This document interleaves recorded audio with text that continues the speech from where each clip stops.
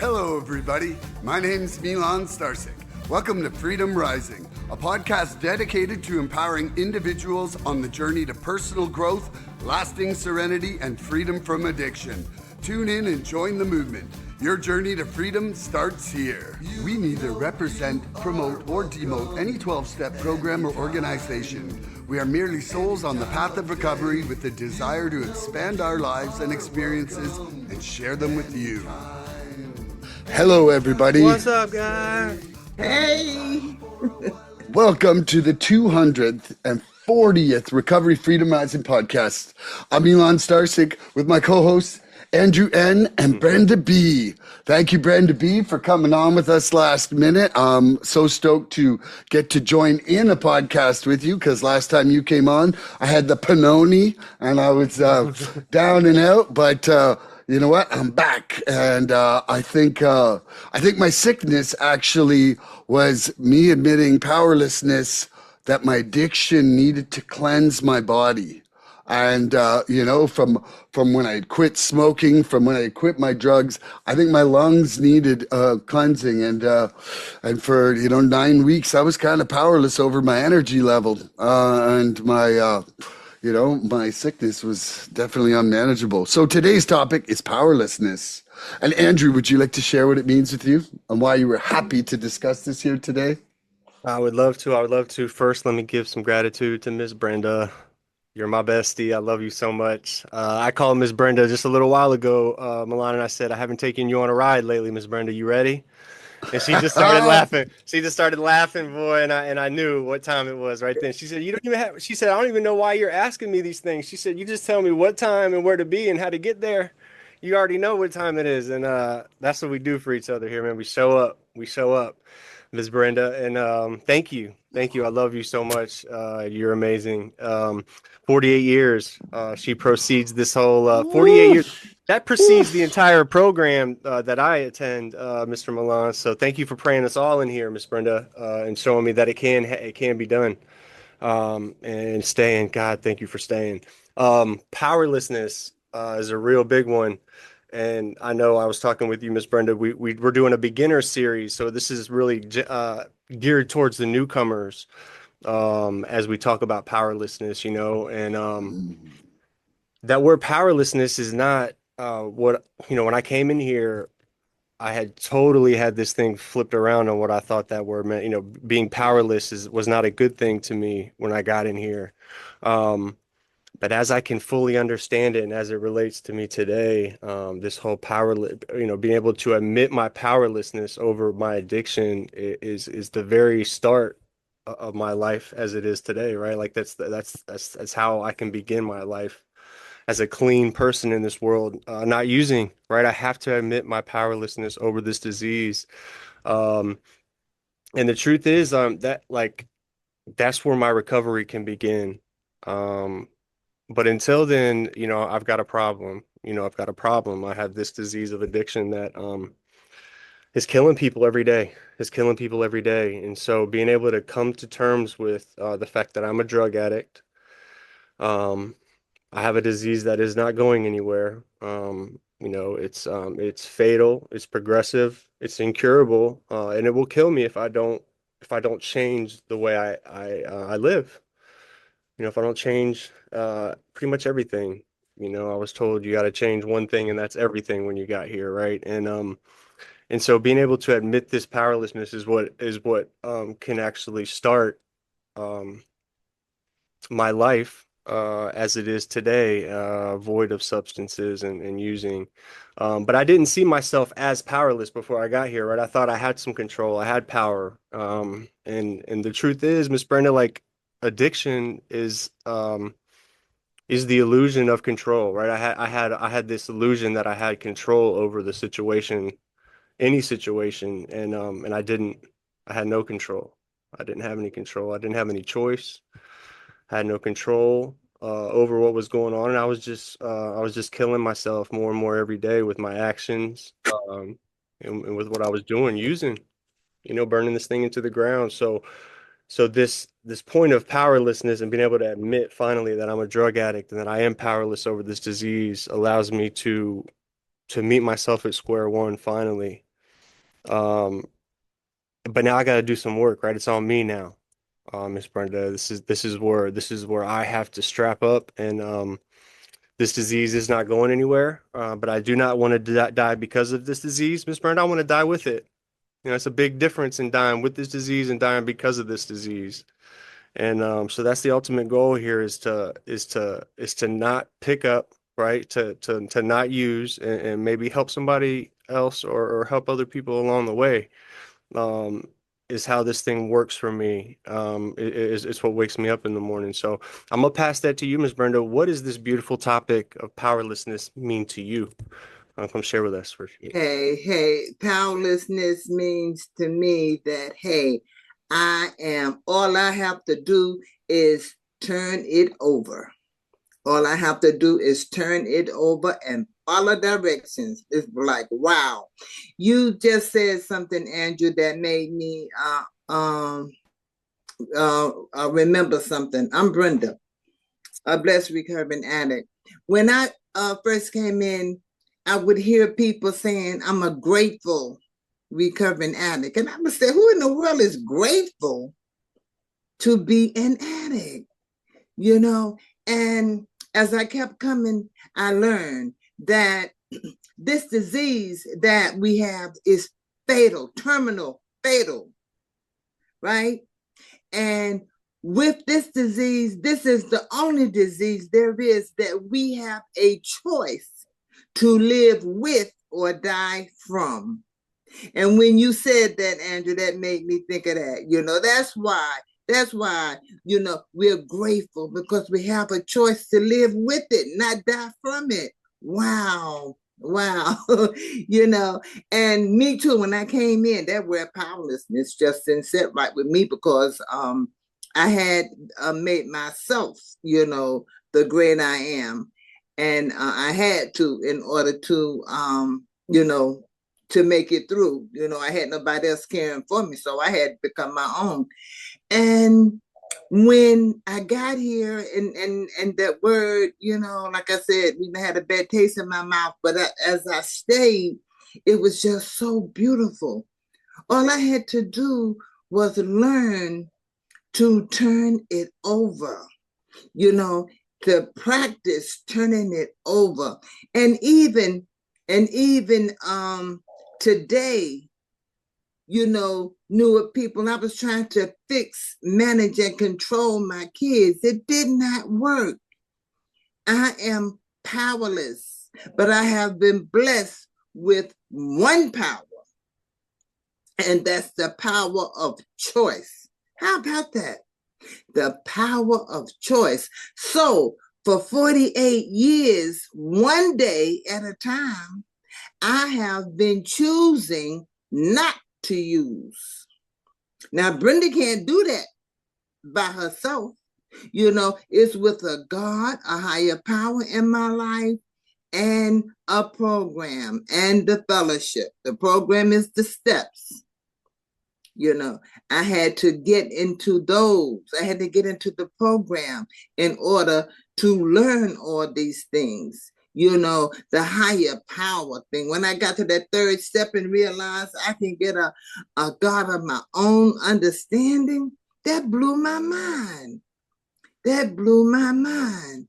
And it was such a weight lifted off to me when I didn't have to be God. Never was, but in my mind I was. But it was such a relief not to have to do all of those things, just to be a grain of sand, on the beach, and not having to be the whole beach, and it humbles me, newcomer. I just had to do what I was told. That was hard, but it got easier and easier as I kept coming. So powerless to me made me a winner. That's Love it. you, Brenda. Love you so much. Woo! That So was beautiful.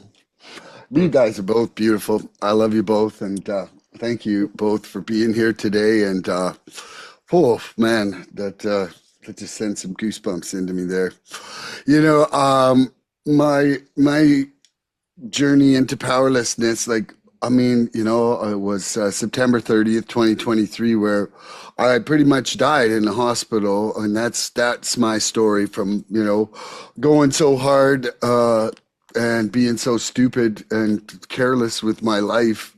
And, unfortunately for me, I was awake. I was awake the entire time, and where it took me to scared the living shit out of me.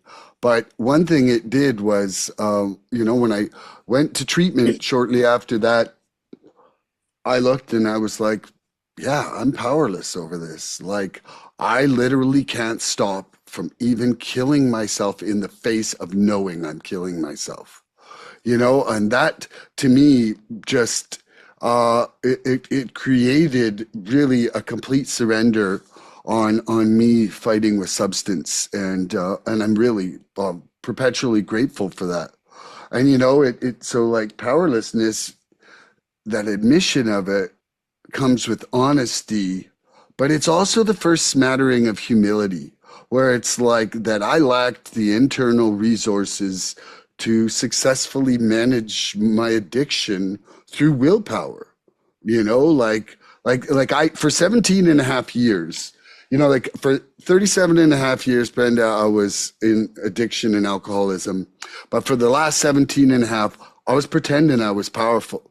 I was doing everything, like, controlled, switching drugs, switching alcohol, no more shots, like, it just things that would manage the level of bender or blackout, and like the AA Big Book, when it talks about the physical allergy combined with the mental obsession and how helpless we are once we start.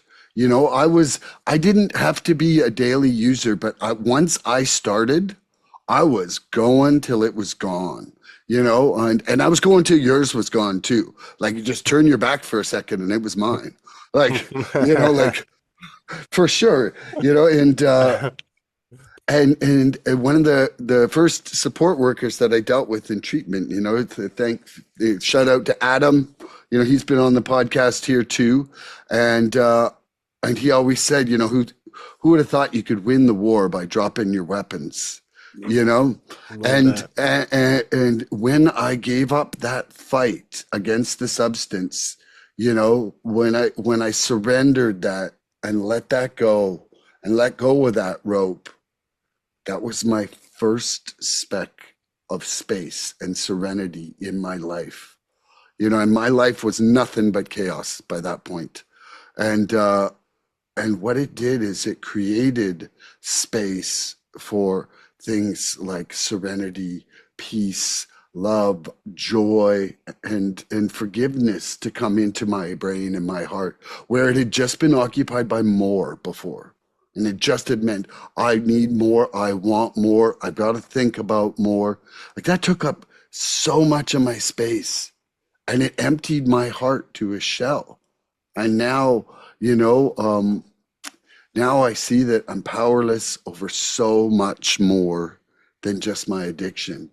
And through working these steps, I'm becoming free.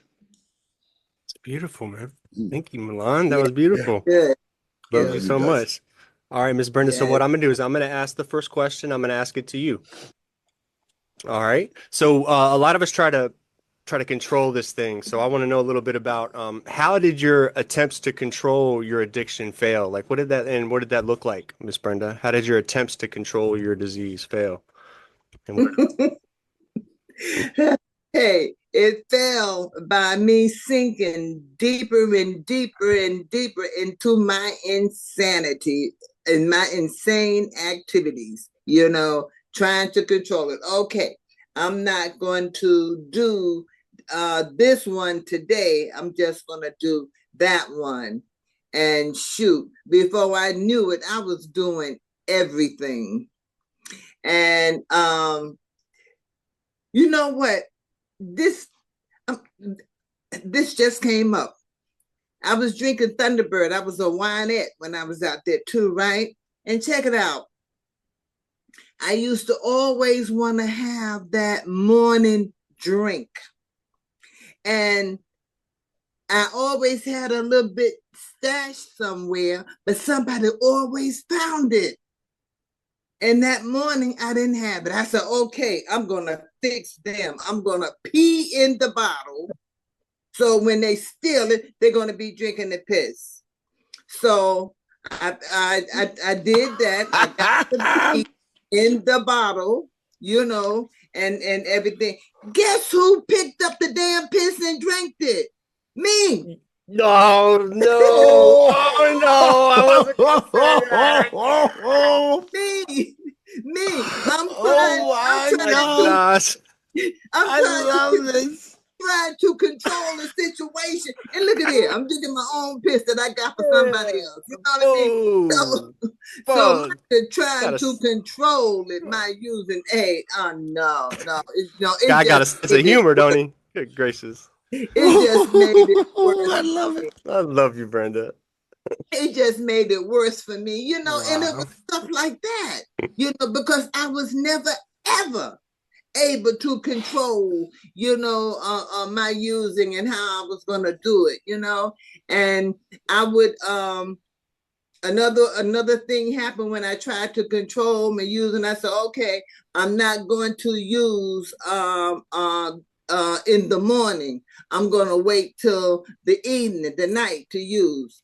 And then in the morning, I was feeling so bad, had the shakes and everything so bad that I couldn't even hold a cup, to drink from. I had to drink out of a straw because I was shaking so much. So I had to put that in me, to function. I had no control at all, but I didn't want to use that morning. I want to wait till the evening. But I had to use that morning in order to function, to feel better physically, and oh my goodness. And other times that I tried to control, not using and stuff, I went into DTs. And that's hallucination and stuff off of the alcohol. New people, if you don't know that, delirious tremors, seeing stuff that ain't there. I seen people in the wall, and they were plotting to get me. These girls, they were plotting to get me, and I got my hot water and grits. I was scared to get the lye. Back in the day, we used to throw lye. I was scared of the lye. I had my hot water and grits and my hammer, waiting for these girls, and everything. And it was all hallucination. Because I hadn't had that drink, and I was withdrawing, and that was it. So I've never been able to control my not using. God, I'm so glad we got. God is has a sense of humor, and I love you so much, Brenda. We brought the right person on this morning, Milan. I'm gonna ask you. That's such a big. Yeah, that was amazing. I loved that. I love you so much. All right, so how did your attempts to control your addiction fail, and what that look like for you there, Milan? How did attempts to control your addiction fail? Well, okay, they failed utterly. Like 100%. It wasn't like they kind of failed. Okay, the drug that killed me at the end, I became addicted to because I was substituting for another drug that I thought was worse. I literally got addicted to something I hated. That's how my attempts at powerfulness were failing. I would switch for drinking, I was like anything wine and stronger meant Milan would black out, and there was always somebody mad at me after blackouts.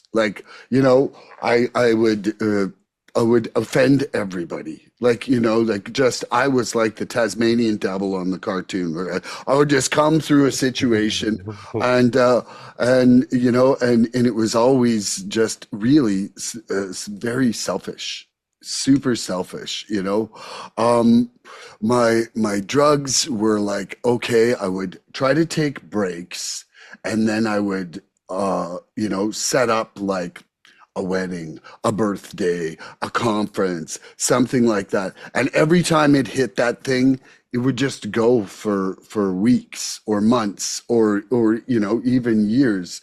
And so like I was one of the people that, believed that if I could temporarily shut it off, I wasn't an addict or alcoholic. Like it really wasn't until I was in treatment and they were talking about, the physical allergy and the mental obsession. Like how many times I thought I could have one drink. Like how many times, like where I would have one and that phenomenon of craving meant that I wasn't going home. I wasn't stopping, and uh, uh, my daughter and I actually had a conversation, and it was like last winter, and we were walking, and I said to her, I said, I said, if I knew those two things, I said, if I knew about, the phenomenon of craving and the mental obsession, I said, I think I might have identified. I don't know if I would have quit any sooner, but I've at least would have identified myself as an alcoholic or an addict sooner. And once I described it to her, she turned to me and the next day she said, I think I might be an alcoholic, Dad. And she's coming up on 12 months this month. Come on. Let's go, man. That's so beautiful. Ah, Yes, Yeah. yes, Milan, let's go, man. I'm yes, so proud of you and her, man. That's so beautiful, man. yes. That's made my Beautiful. day, man. Hmm. Love you so much, man. Are you done with that? You done? You riding out? I'm I done. don't That's all I got. I That's all I love you got. so much, man. I love you so much. That was so beautiful. Ah, I love this podcast. I love you too. So I'm gonna answer this. How did my attempts to control my addiction fail? And what that looked like for me. Well, y'all, I'm just like sinking in y'all's answers, but my all my attempts to try to control this thing absolutely failed without question, right? I remember thinking I had this thing like figured out and I was doing the right thing and then every single time it would just smack me right in my face that um this thing is not about the drugs, right? Like I had like my obsession with control is where is at the point of my disease, right? That like that self-centered nature. So every time I tried to, I was convinced that I had this thing figured out. All the meanwhile, I have a disease that has me flat out convinced that I don't have it. Right? Like if you want to think about how like truly sick that is, right? Like I'm going along thinking that I don't have a certain disease and I'm flat out convinced I don't have it and I'm running my life as if like there's nothing going on here. But I tried every strategy I could to prove myself that I was still in charge. I tried everything. And and the truth is like my attempts to control the addiction didn't fail because it wasn't like I wasn't trying hard enough. As I think about it now, Miss Brenda, like they failed because addiction by its very nature is uncontrollable for someone like me. We can't control. It's an uncontrollable thing. There's no at no point are we going to be able to control our disease as an addict, right? Like one is too many, 1,000 is not enough, right? Like if you were to drop off 1,000,000 cartridges of my DOC in my front yard right now, eventually I'm going to use them all. And then what? Right? Like and then what?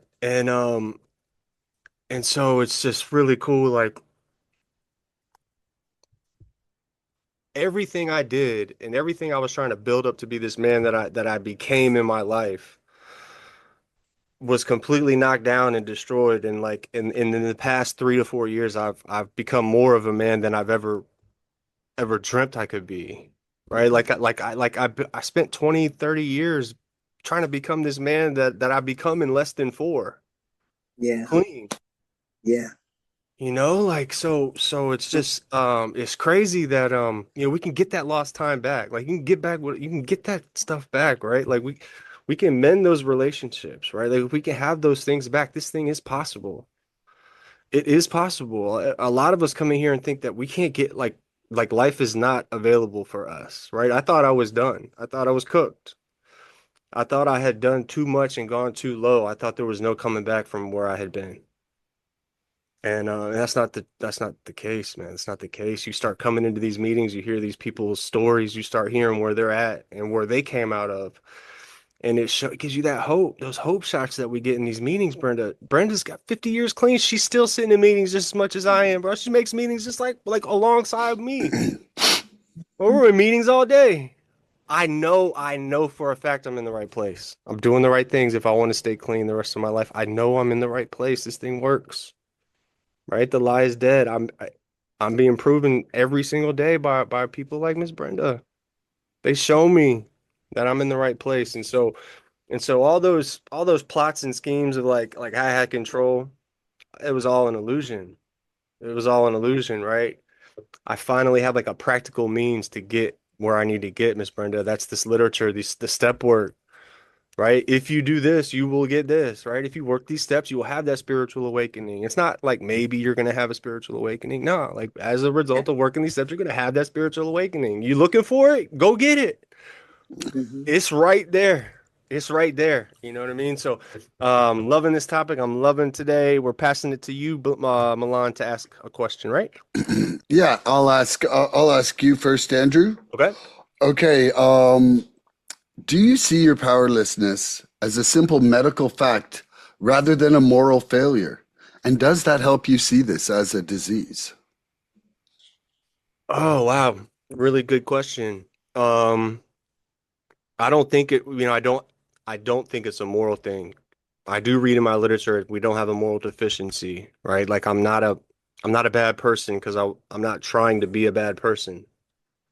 You know, the situations that have put itself to who I currently am today have put me in some bad situations and I have made some bad decisions and I have done harm to other people and entities and places and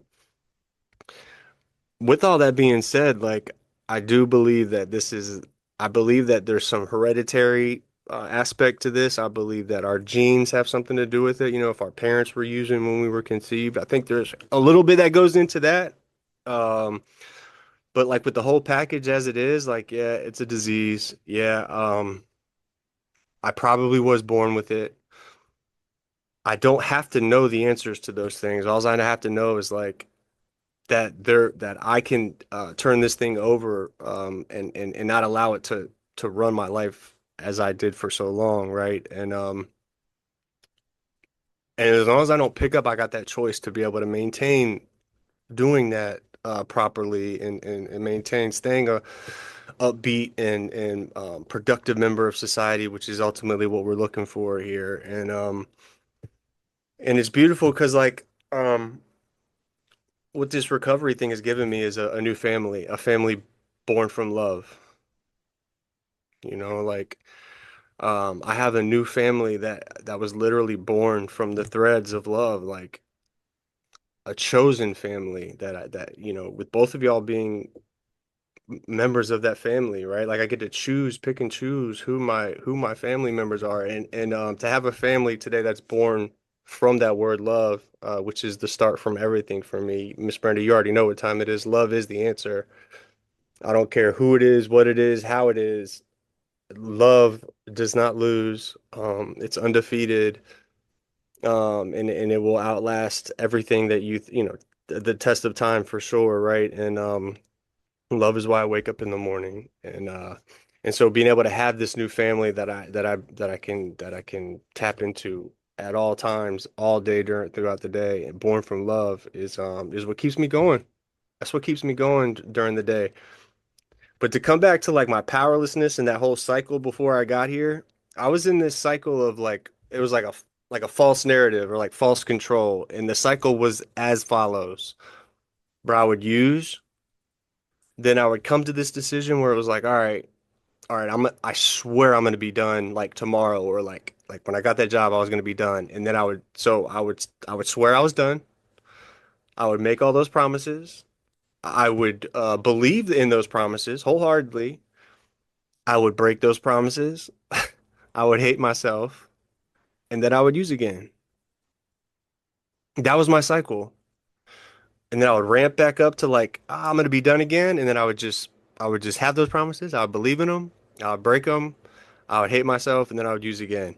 That was my cycle of false control before I got here. And so, Miss Brenda, you prayed me into this program, right? And so like I have like the people like you to thank for just being here, just praying me up in here, and showing me that doesn't have to be my truth today, because I used to give up all the time, right? And my brain just kept track of every time I would just shut down, and it would be so easy to shut down every other time. And now it's not like that, man. It's the opposite. Like I pushed through those tough times, and now I have some kind of strength there where like I know I can go back and grab onto those strong times and push through the other shit that comes up. I love you, Brenda, and I love you, Milan. Thank you for asking me that question. Love you, brother. Okay, Miss Brenda, did you see your powerlessness as a simple medical fact rather than a moral failure? And does that help you see this as a disease? Yes, absolutely, absolutely. And when I learned that I was a sick person instead of a bad person, what a big relief that was. Ooh.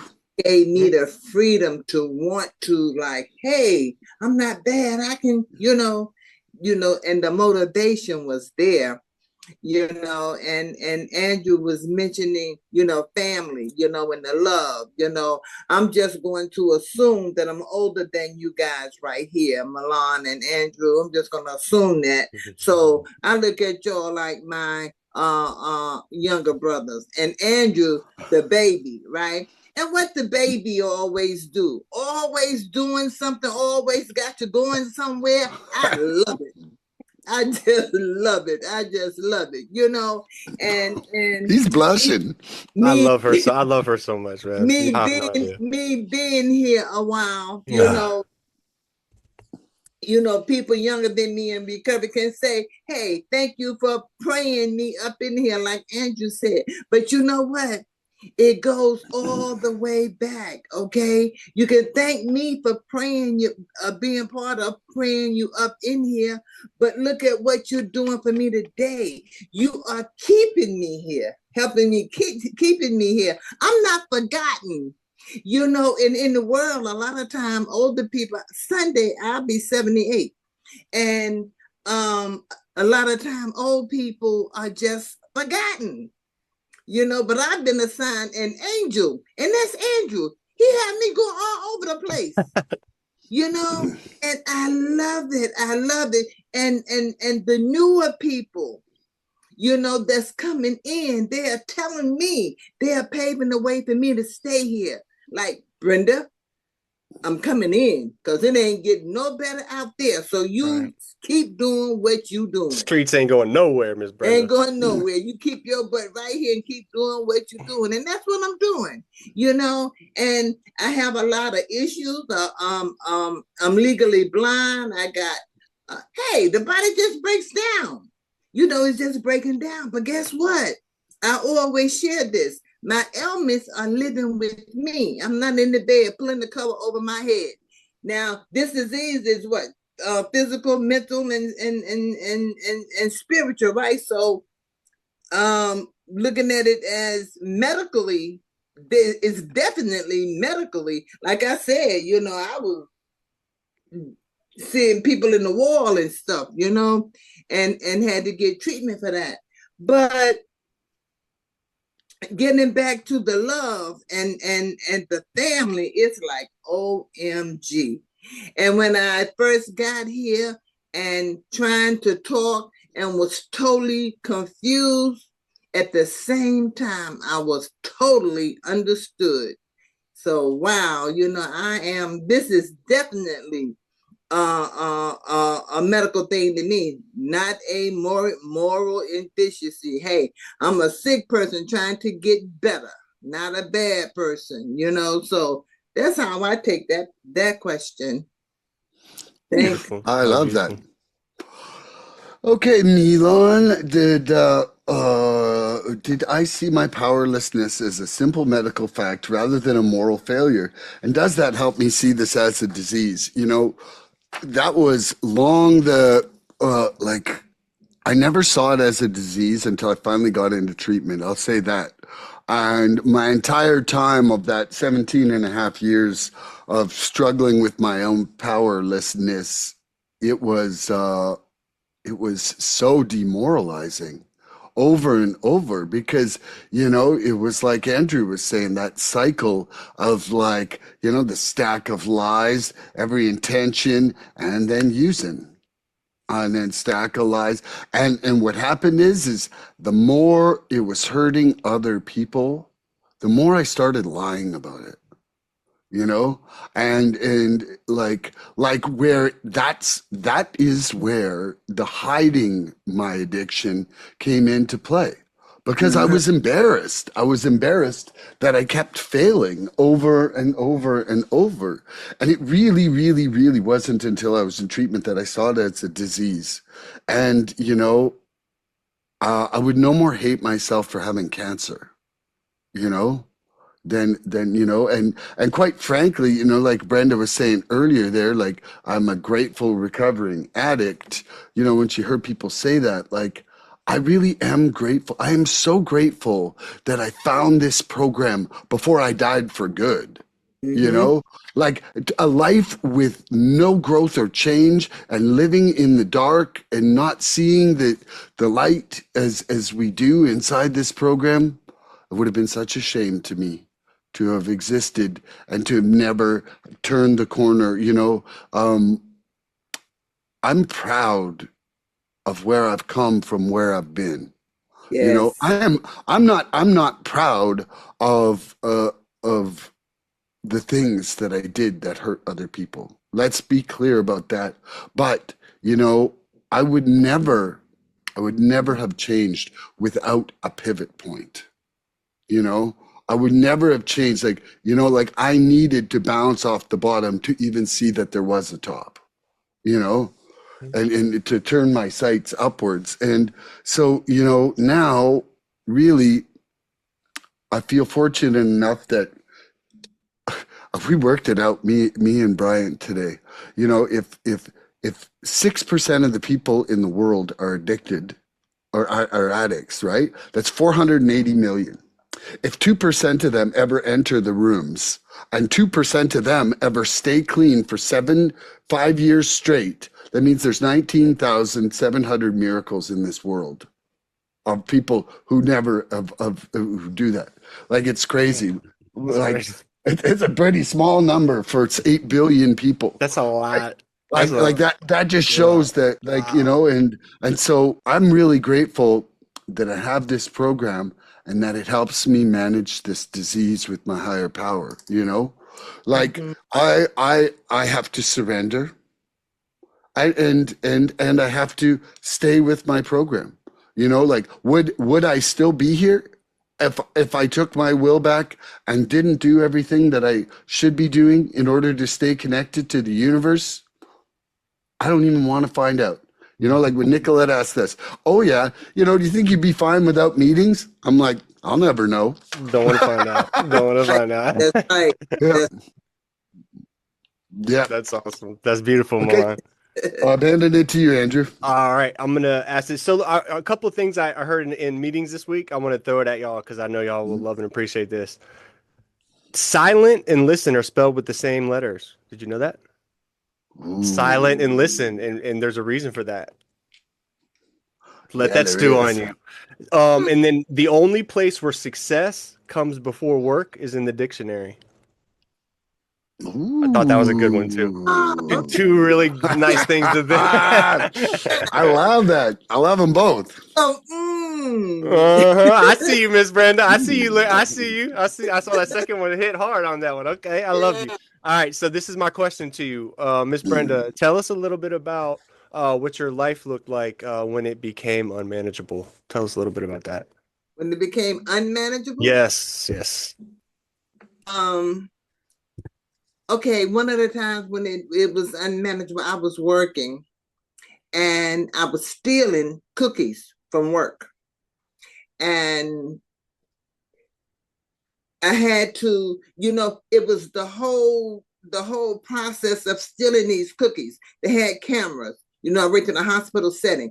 I had to make sure I wasn't in, make sure I was out of the view of the camera. Then I had to make sure, I had to get the cookies into the staff room and get them into my pocketbook, without being caught. And all this was like, oh, wow, the adrenaline was just there and stuff like that. Then at 3 o'clock, when I'm getting off, walking the halls, going to the parking lot, I'm praying to God to let me get out without getting caught. And then I get in the parking lot and I pray to God to get me out the parking lot without getting caught. Now here I am, done committed a crime, and it wasn't a crime to me because it was cookies. But look how I was acting. Here I am committing a crime and asking God to help me through it. To praying the whole time. And what it was during that time, what I found out, I was experiencing financial difficulties, and it was hard and really hard on me mentally, right? And that's the way I was using. That's the way I was using, because that adrenaline was there, the sneakiness was there, and and all of this, and it was like, whoa, that's one of the ways. Addict behavior. The addict behavior. Yeah, exactly the same. And then one of the times with that, I did that for about 3 years, on and off, about 3 years, and then I started feeling bad about that. And just one time, I just, at home myself, I just started crying. I mean, the tears, welled up in my eye and stuff like that. I didn't like doing that no more, but I didn't stop, And other times that, my life was just totally unmanageable, with me not doing what I'm supposed to do instead of but I was doing what I wanted to do. Getting lost.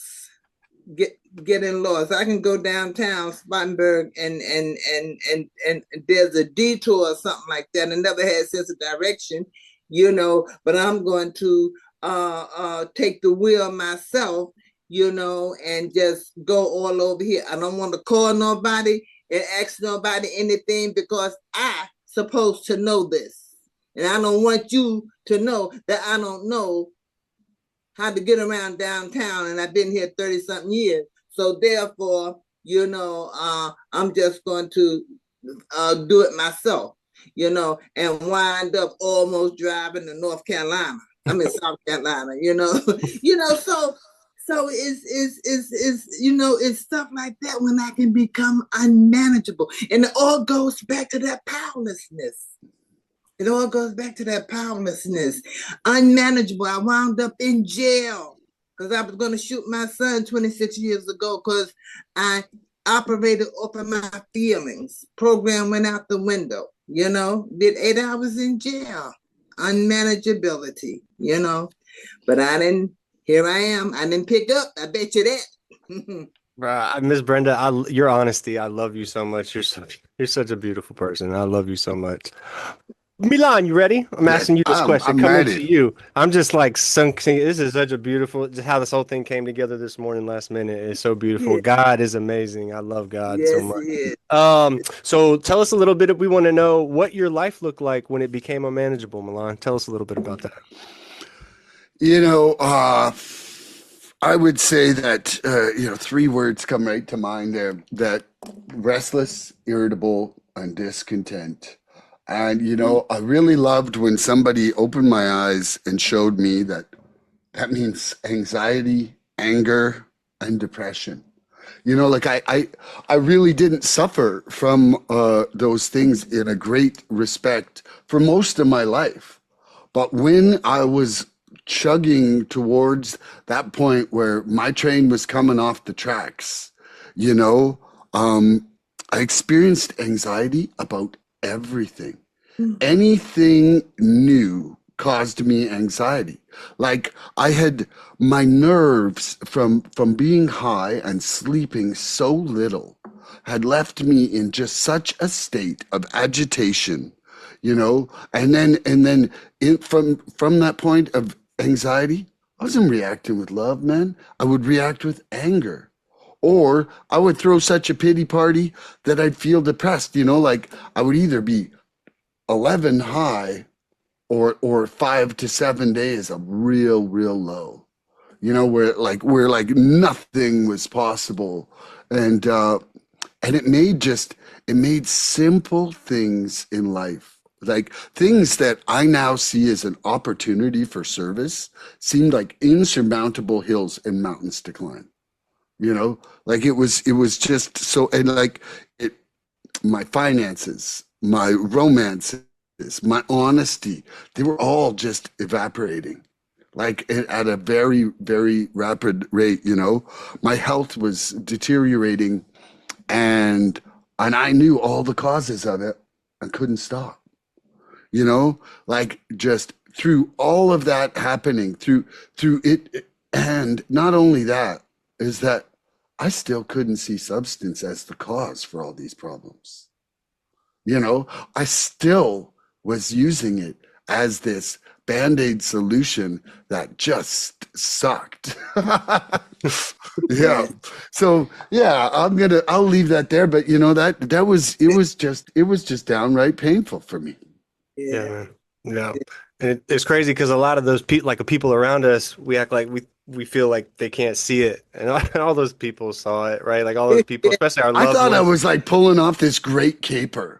It's And I crazy, look at bro. pictures, and I'm like, I looked like a swollen green goose. Like my skin, like I sent Uh, my wife and daughter a picture from like 6 years ago, and I was like, look at the color of my skin. I was like yellow and green. It was like I was like a jaundiced baby. Like, I should have been in a hospital, not it's out crazy. being thinking I was building an empire. It's just so wild. We think we got everybody fooled, man. It's so funny. It's so funny. So I'll answer this now. Yeah. What did hashtag LLA? What did my life look like when it became unmanageable? Um, yeah, I love what y'all said. Y'all both knocked it out the park. When I came in here and I remember reading that term or that phrase, our lives had become unmanageable. Um, I really didn't relate or connect with that immediately, like I do now. Um, for me, in my mind, I thought like a manageability meant like total chaos, homelessness, jail, about to lose everything you got. And while those things do happen to addicts every day, and a lot of people are forced into those positions, unmanageability can show up in a lot of different ways before all that, right? And looking back at it now, I can see that my life had become unmanageable long before I was willing to admit the fact that it had been unmanageable, right?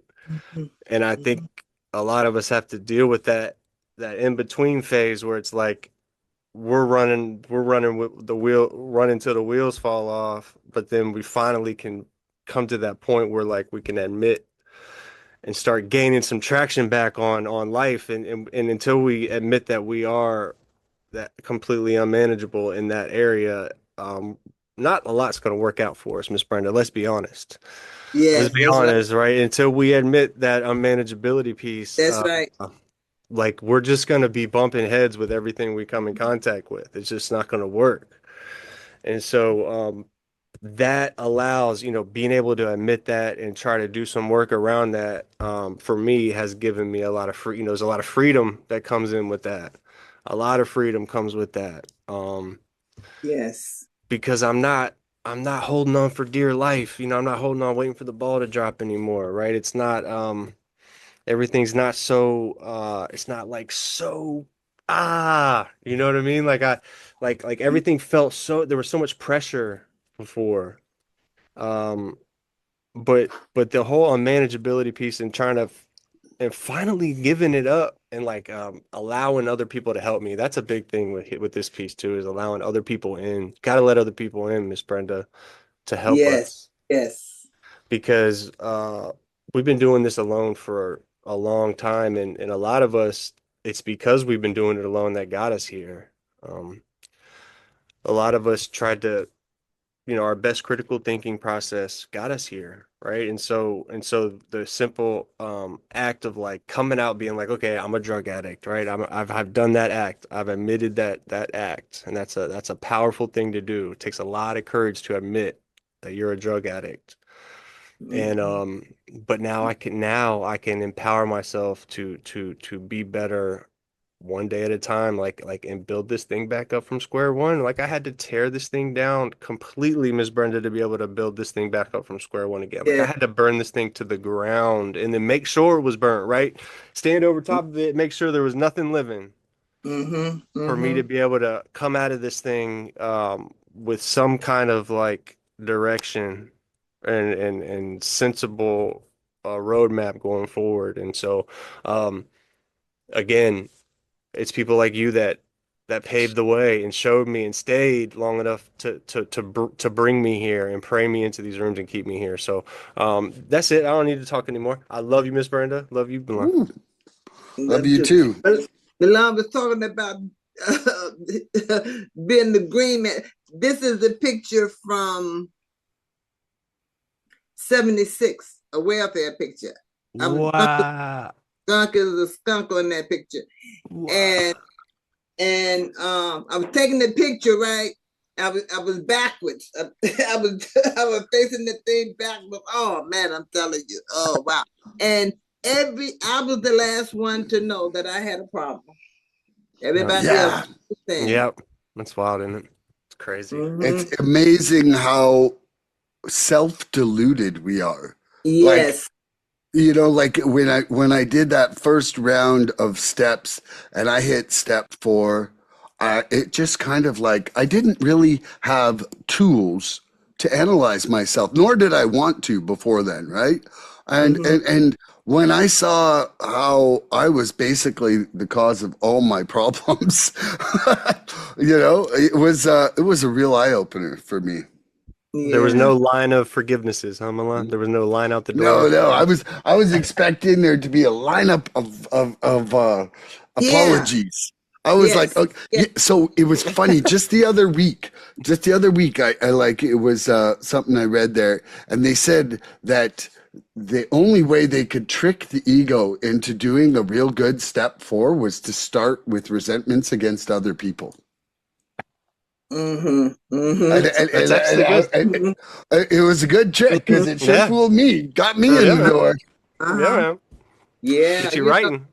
Yeah, I tell you, at one point I was waiting, I was hoping that the government, would make apologies to me for the Vietnam War because the Vietnam War was a big part of my using. Am I a veteran? No. Have I ever been to Vietnam? No. Mm, But I made that my problem. say, give It me was that. I it want was your that. scapegoat. Yeah. if Say the it president Yeah. better wasn't call and tell for me he's sorry or I'm pissed. if it Yeah. wasn't for the war, I wouldn't be like this. It's so funny. Delusion, man. Okay. Delusion. I got a question here for you, Andrew. Yes. Now that you've admitted that, okay, so addiction's often described as a God-sized hole we tried to fill with people, places, and things. So now that you've admitted those things don't work, were you able to surrender to that space to a power that can actually fill it with love? Absolutely. And it's only by doing that was I able to fill it with love, right? And powerlessness leads to surrender for me. Um, every day I still practice surrender and surrender something like I didn't just do once. I can't just do it once. I thought it was just a one-time act. Like I gotta surrender a lot, sometimes several times throughout the day. And you know, I used to think that like first off, you already know love is everything for me. We don't have to say that again. But when life gets hard and when my ego kicks up, um, the surrender piece is everything for me. When I want control again, I have to remind myself that I'm powerless over my addiction. When I can admit that, then when I can remind myself that it makes things a lot better, whatever the situation is, because like I'll get up in my feelings still, Miss Brenda. Like little things will get me all upset. And but there's a pause, there's a little space in between my thoughts and me getting all pissed off and like me acting on it. Mm-hmm. I have a Mm-hmm. space. There's a Yeah. space there. That Mm-hmm. was no, I didn't have that before I got here. Mm-hmm. Right? Like that impulse was my action. Like I that was everything before I got here. And now I can have a thought and there's space and then I can either act or not act or act accordingly now, which has been everything, Brenda. It's kept me out of jail. It's kept me my relationships right. It's got me to where I'm like getting married. Like there's a lot of good things that space has afforded me. Um but that little space there, Miss Brenda, is freedom for me. That's freedom. Because when I would act on impulse all the time, whether it was because I felt like I had to get over on somebody, I wasn't going to get my drugs if I didn't, or I just, or whatever the situation was, I was always acting on impulse and acting like immediately um, on those feelings. And look, feelings aren't facts. We're reminded that too, right? We're going to feel a lot here. Mm-hmm. There's going to be a lot of feelings, but we don't have to Yeah, act on them. that's right. I don't have to make an action for all my feelings, right? And if I do, like I'm gonna have a problem. I'm gonna have a problem. Because this is a feelings disease. I'm told that too, Miss Brenda. This is a feelings disease, and it's all up here in my head. Uh-huh. And a lot of times I'm just needing to separate myself from the situation and get out of my head.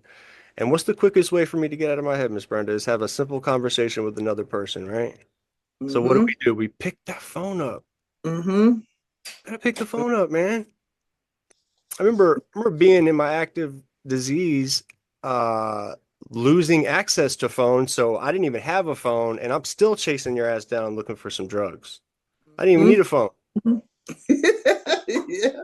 I find somebody else's phone, figure out, I didn't even need a phone. I'm still getting a hold of you. Most of us have at least one, maybe two phones, got a work phone, personal phone, all these tablets and stuff. And we want to complain like when shit gets a little tough and we want to reach out to somebody now to save our life clean. We want to act like that's a problem. A lot of us. And like that phone gets real heavy and all that stuff. And I'm talking about it because I have a problem with it too. Right? I'm talking about it because I have to draw awareness for myself, right? I have to become more self-aware that is something that I struggle with too. And what's wrong with me? Right? Like if I don't want to pick up the phone, I'm chasing people down without a phone to get my drugs. I have to Mhm. treat this thing and I have to work just as hard at this recovery thing as I did in my disease, Miss Brenda. I'm, That's I'm told that and I'm reminded that. So that's that means right. I need to be hunting y'all down if I need to get out of my head, right? Like it's just a reminder for me. And That's right. I love you guys, man. I love you. That's Love you that's too. that's Okay, right. Miss Brenda. Yeah. Addiction's often described as a God-sized hole that we tried to fill with people, places, and things. Now that you've admitted those things don't work, were you able to surrender that space to a power that actually fills it with love? Absolutely. You guys are coming up with some fantastic questions. Yeah, this is good. This is good. Yes. Yes, yes, yes. And the question is the answer to me. I had Ooh. to go through what I went through to surrender and to this power, that I know can do it. It had to be proven to me that, hey, I couldn't. And that I couldn't, because I was still, after I got here, I was still thinking I could, so there's a lot of, and most of my sharing today is stuff that's in recovery. So for newer people, I just want you to know, when you get some clean time, don't think you're gonna walk water. Okay, if you think that, you will sink. And so and turning it, I don't even want it no more, especially now at this Tell him, age, Brenda. You tell him. Oh, you tell him. this age, I don't even want it. You know, I picked and chose my battles, you know, back in the day. Hey, today ain't none of them mine. None. You know, none. And I'm able to turn it over to a power greater than myself and let it stay there much longer. Am I perfect at it? No. But I'm able to give it and leave it much, much, much longer because I don't want it. I don't want this drama. I don't want the stress because I've been there. I was a drama queen, a gossip queen, a hoe, all that stuff in the beginning. So the only thing left for me to do now is chill out. And that's exactly what I'm doing. I'm piecing out. You know, and I used to hear being happy, joyous, and free. Well, here I am. I'm happy, joyous, and free today because I took up the God suit, you know, and I'm not, you know, which means newer people that I'm not trying to fix, manage, and control anymore. I'm just surrendering. I'm accepting complete powerlessness when it comes to people, places, and things. You know, and the power that I have been blessed with, like I said before, is the power of choice. And I am choosing to do my higher power's will and let him do his job all by himself. He don't need my help. And I'm happy, joyous, and free. You know, happy, joyous, and free. Stuff still happens, you know. Physically, I feel some kind of way, you know, but like it was said, I don't have to act out on the feeling. I did that and wound up in jail 26 years ago. So today, when I feel these feelings, I'm going to feel the feelings. I don't have to act on them. You know, I don't have to act on them. But spiritually, these situations don't get to me. It can't rock my spirit anymore like it did. It can't rock my spirit. It may touch my flesh, but it can't rock my spirit. So I'm pretty good today in surrendering and turning it over. Thank you. Miss Brenda, my sponsor said this reminded me of this. The only time I walk on water is in the shower when it's raining outside. I ain't Jesus. That's what he says. I ain't Jesus. That's the only time I walk on water. And then you talked about you keep talking on choices. I've been hitting with this with Mr. JJ. That's my new DOC. Choices. That's our new DOC, man. DOC, drug of choices. That's our new DOC. Is choices. Yeah. Talk about a DOC. I got choices today. I got all kinds of choices. Love you, Miss Brenda. I love that. Okay, so addiction's often described as a God-sized hole that we tried to fill with people, places, and things. Now that I've admitted those things don't work, were I able to surrender that space to a power that actually fills it with love? Well, it's hard to change my pronouns on the fly. You know, it's kind of like where I was saying that, you know, that whole area of more was now had space for things like love and serenity. And, you know, I really feel that this is like kind of like a lot in relationship to step 6 and 7, you know, where, you know, we became entirely ready. And anybody out there, man, I'm listening to a great book right now called Drop the Rock, which is, you know, kind of about step 6 and 7 in all in itself. And, but not on my foot. You know, drop the rock on the ground. Not on my foot. Or in the bottom of the lake. Well, actually, we could drop a little bit, yeah, on your toe, just to like, because it makes you actually a better philosopher. Let's just admit. I know, like there's backstory to that one, Ms. Brenda. Oddly enough, when Andrew's toe gets hurt, we call him Wise Toe. I ripped the toenail off of my toe. It was one of the like top 3 worst pains in my entire life before I came onto a podcast one time. Like it was like 6 months back or something like that. And it was just, he called me Wise Toe the whole time because I had such great things to say. It's just kind of funny. You did. It's true. So, like,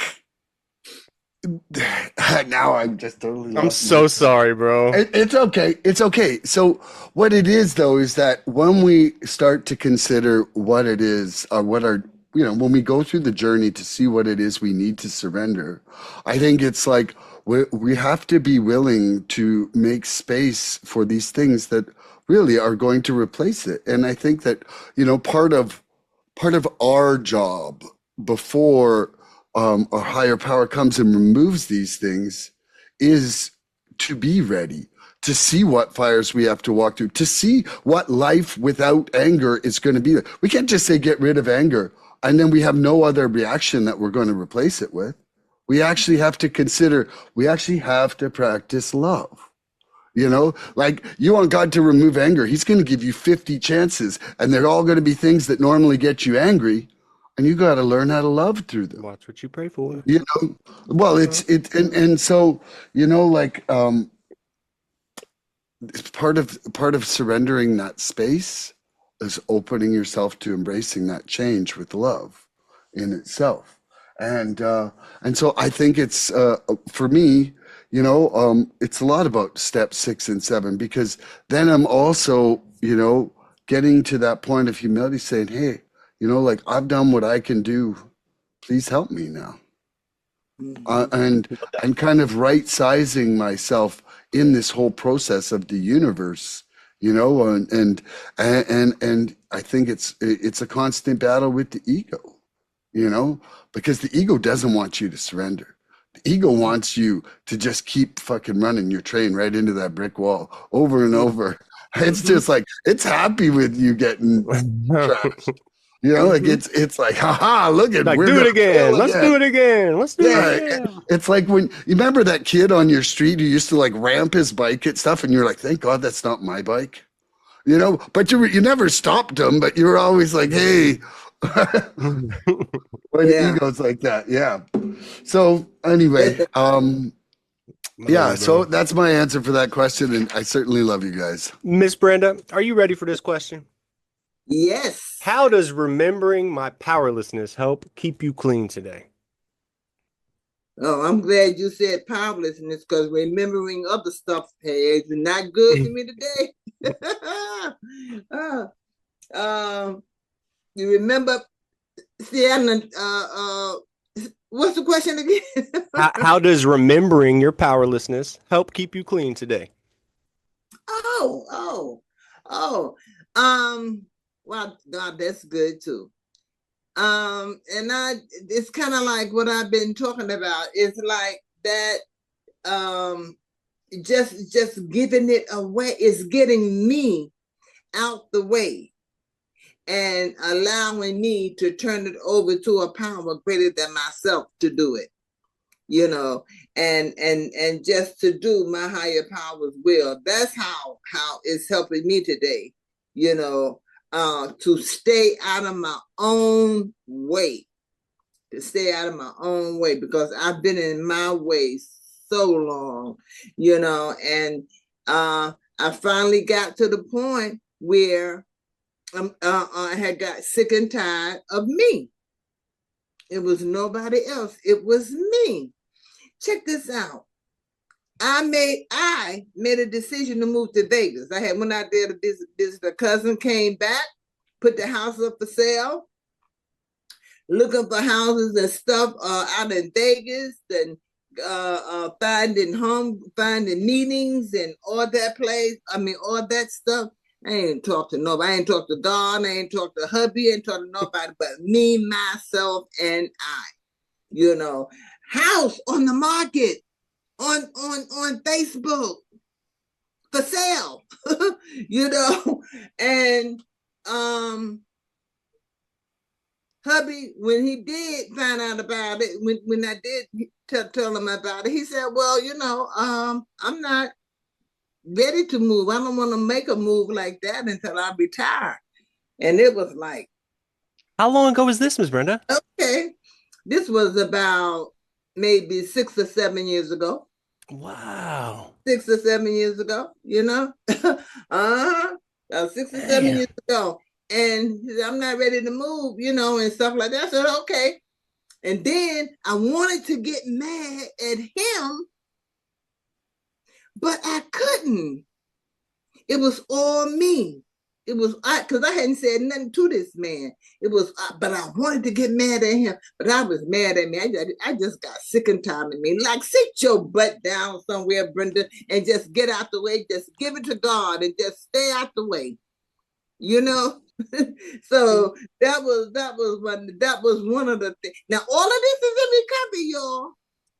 Okay, so like. This when they say, I used to hate to hear that P word, process. This thing is a process. Yes, it's a process. It never ends. I never been 78 before, you know, and I mean, hey, but I'm going with the flow. I'm going with the flow. I'm trying to stay out of God's way. I'm learning to practice those things.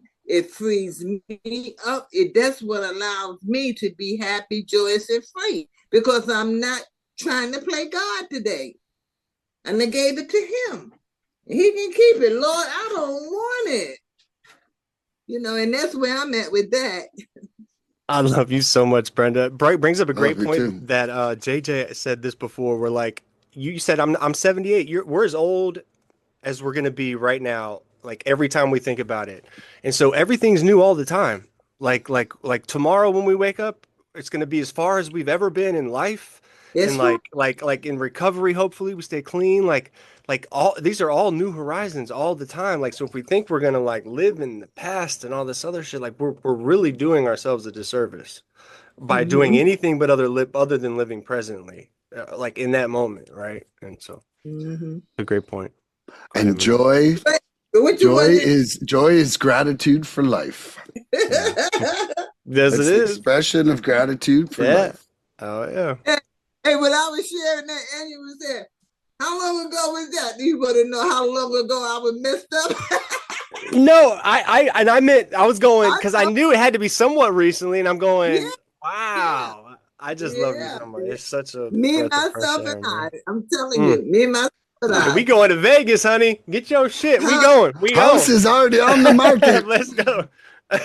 I got potential My buyers. my We wife going. my wife would kill me if I did that, by Put the your way. sandals on. Put your sandals on. Let's go. We out. My husband, Yeah. he's in recovery, you know, and we've been together 48 years. So he knows me. He don't even really pay me no mind. Wow. You know, So I you do. met him right when you got clean. Yeah, we met in rehab. That's beautiful. Look at Woo. that.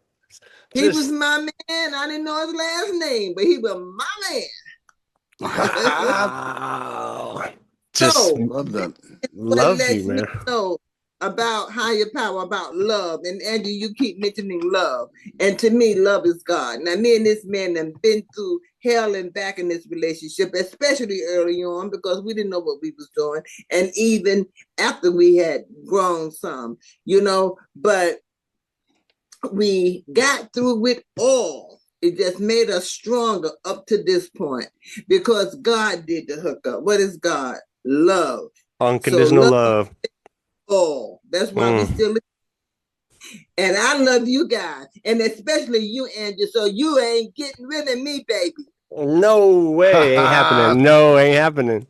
We attached. And We Milan, attached. when he bring me back here, it's me and you. We on. That's right. That's right. That's right. Love you, man. Whose question is it? I think you ask me now. All right. Are Yeah. you ready? Yeah. So, how does remember? Is it me asking you? Yeah. Yeah, she did. Brenda just answered. Okay. So, how does remembering your powerlessness help keep you clean today? Mm-hmm. Man, like, yeah, I've said it a million times. You know, like some people say, "Oh, play the tape to the end," but it's like for me, it's like I'm like on a CD player. Like I just click, and I am literally can go back to that moment of defeat, of that moment of dying. I don't uh I don't want to forget that. I'm okay with that, you know? And that powerlessness, it keeps me it's okay, you said keeps how does that How remembering does that keep me clean, remembering? right? Yep. Yep. I'm going to change that and say how does it keep me free? Because that powerlessness is my ticket to freedom. And that was like, that was like the first surrender that I successfully had in my life.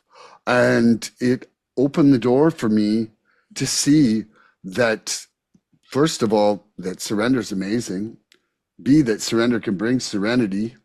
And that serenity brings me freedom. And that freedom, brings so much more into my life, like grant me the serenity to accept the things I cannot change. Well, hey, guess what? I could probably accept more things when I'm serene. You know what I mean? And, the courage to change the things I can. That serenity's bringing me courage too. And the wisdom, well, that's bringing me discernment on my choices in life because I have a clear perspective for the first time in my life, and I can finally see through unturbid water. It was like, and to actually be able to reflect life back with responses that actually fit the moment and are in harmony with things. And yeah, whoa. Okay, you put on the timer. It's okay. I think I was done there anyway. I'm just trying to stay structured, and I'm Yeah, trying to do my no. part. I'm glad you did because I didn't. And I'm just doing but my part. yeah. No, I think I was there. It was good. I I didn't love want it. you to like stop because of that. I just wanted you to Yeah, know I'm better than not being able I to do just didn't know what happened. It like this whole screen like clicked over here, and I was like, "Whoa!" it. Sorry, bro. I was just trying to show Yeah, you it's I all good. think No, he's no. supportive also. Yeah, no. I love it. So I'm gonna ask myself, how does remembering my powerlessness help keep me clean today? You see, we got crazy things going on in the background too, Brenda. We're always crazy around here.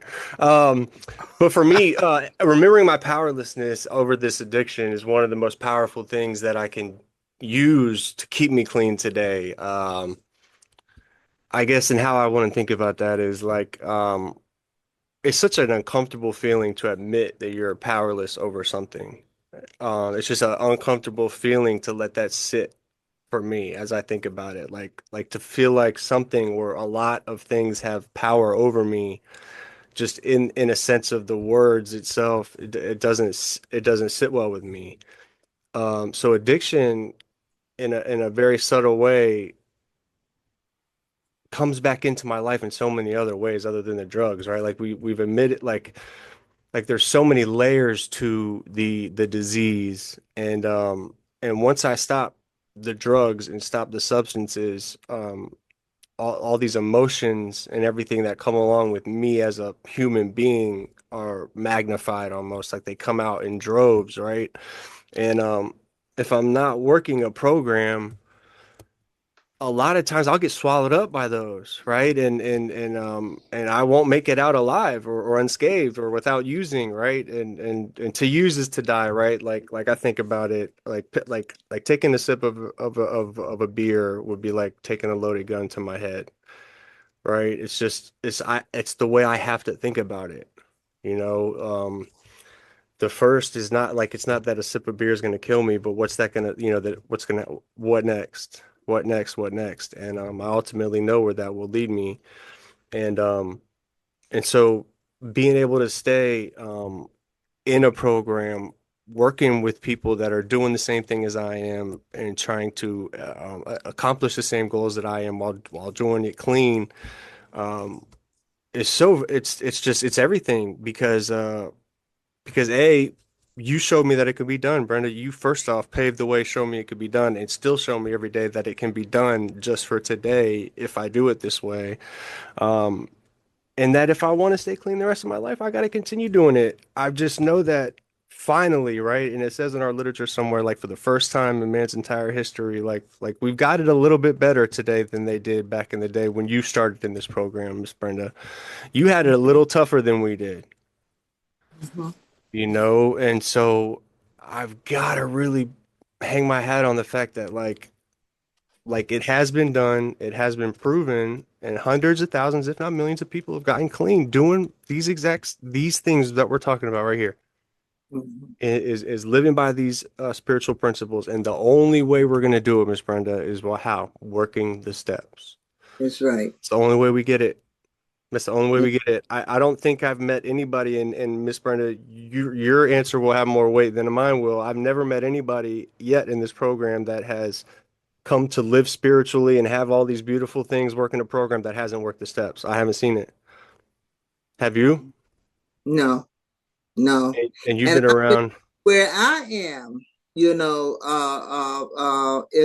without doing the steps, being happy, joyous, and free.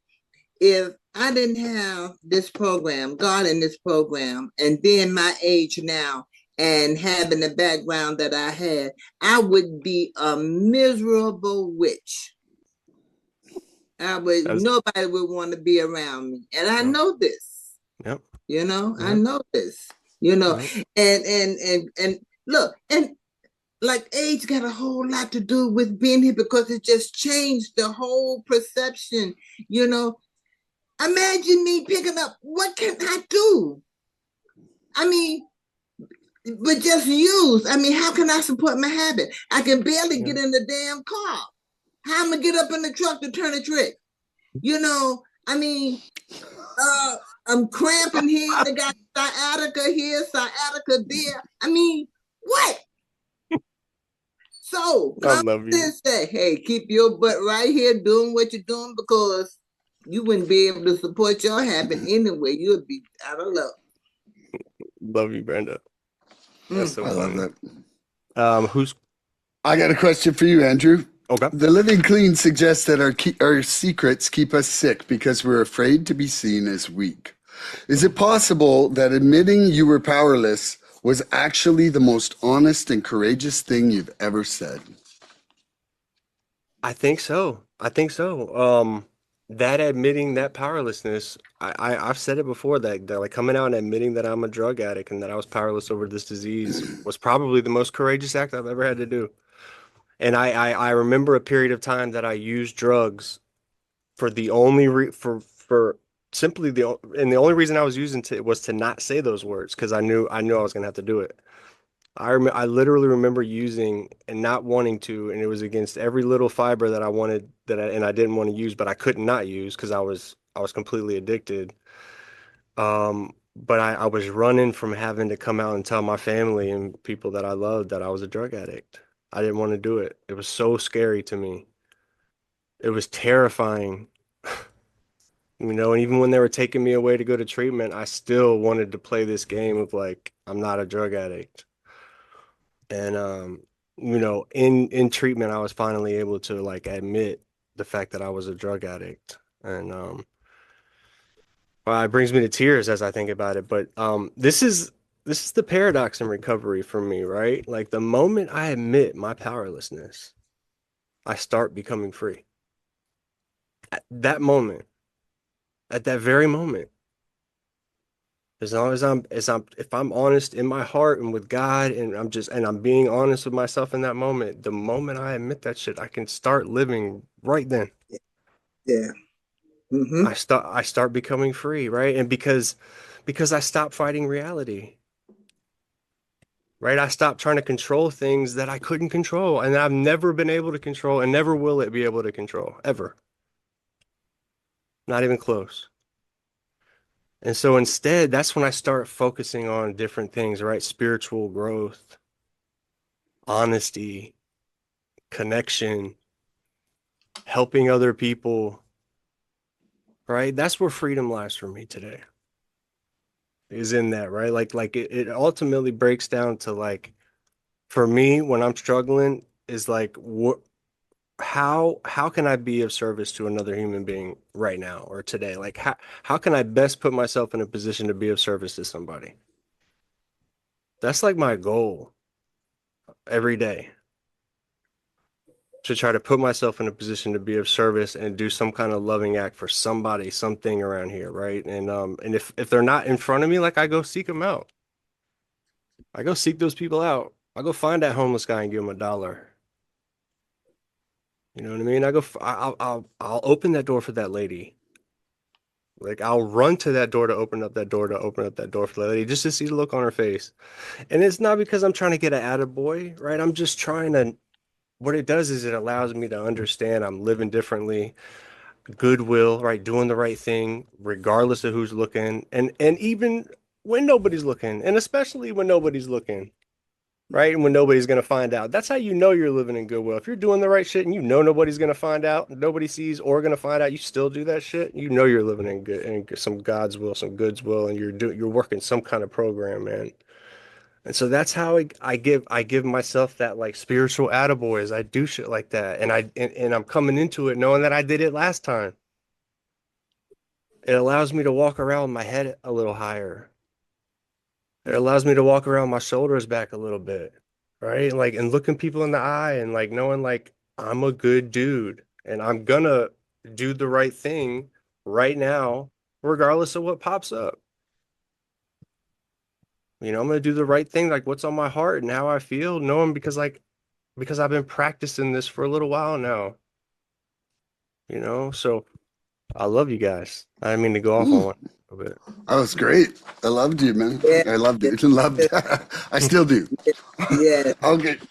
yes, Okay, brother. Miss Brenda. The living clean suggests that our secrets keep us sick because we were afraid to be seen as weak. Is it possible that admitting you were powerless was actually the most honest and courageous thing you've ever said? Yeah, absolutely, absolutely. I just want to say to Andrew, hey, your good deed for the day was getting me, dragging me with you, baby. So, hey, you got Love this you. one. You know, Right. the secrets, that helped me to surrender. Exactly how the question went again. See, I talked it. Is it possible that admitting you were powerless was actually the most honest and courageous thing you've ever said? Yeah, yeah. Oh, yes. Oh, I thought I heard something about some secrets.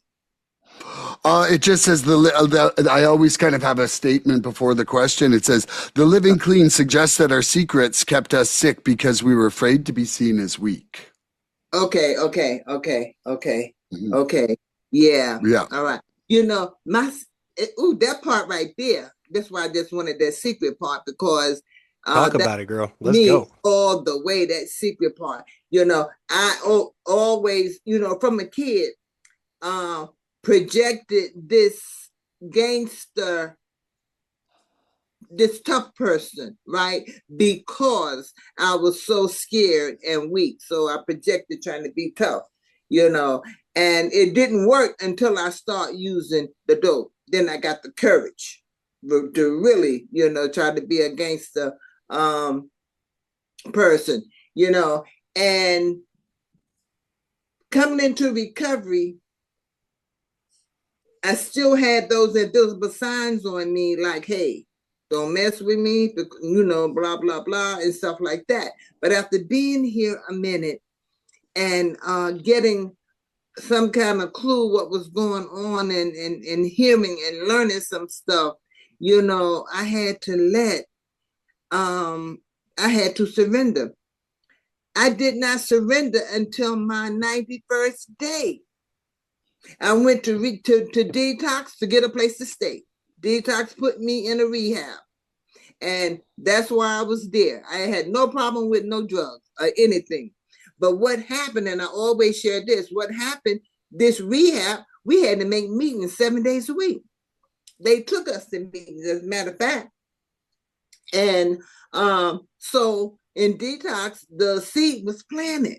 And me being in the meetings, the seed began to grow without my knowledge. I didn't even know nothing about no seed, right?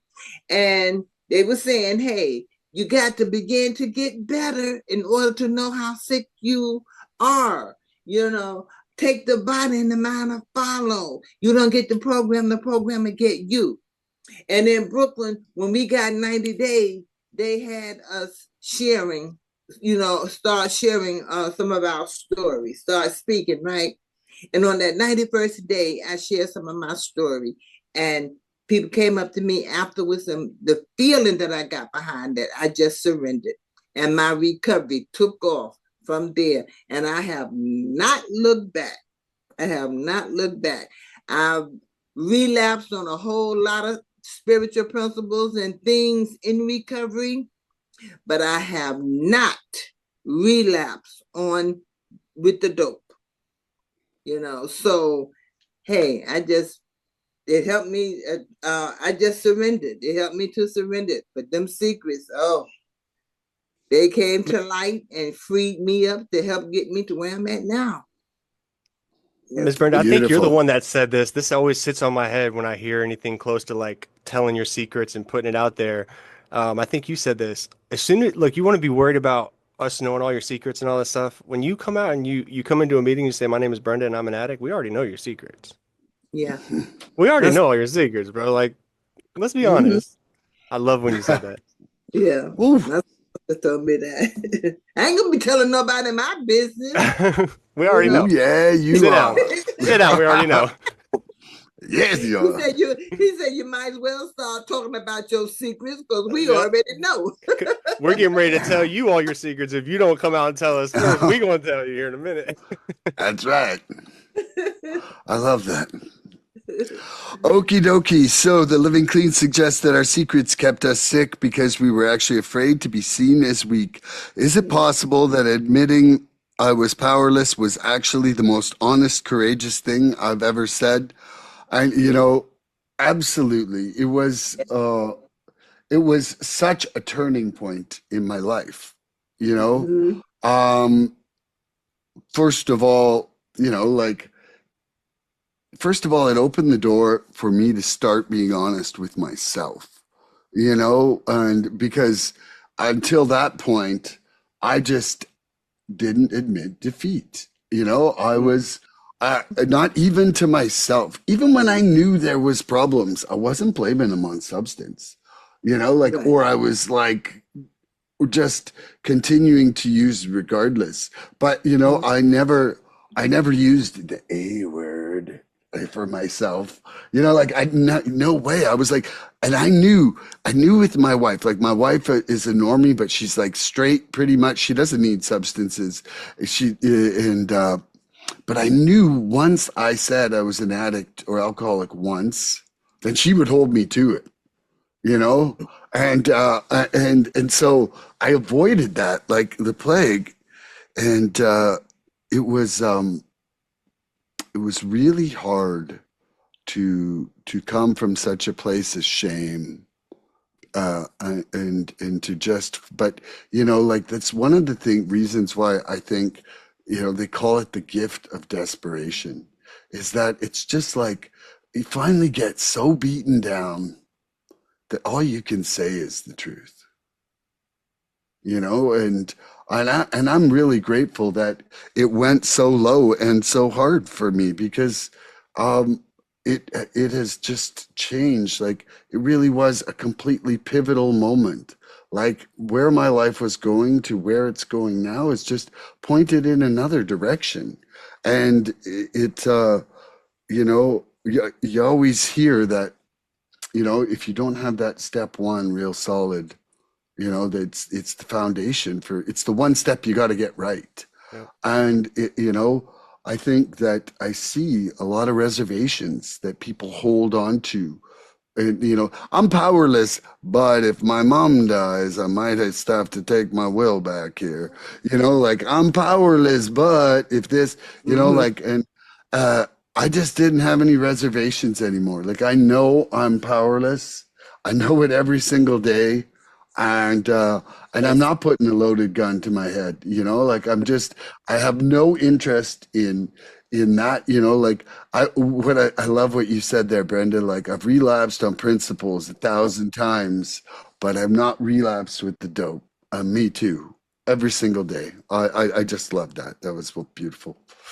Okay, that's it for I me. love that. I love that. My sponsor says this because my sponsor lives like in a completely different area, and he goes, I talk to my sponsor all the time, and my phone bills are high, but I ain't.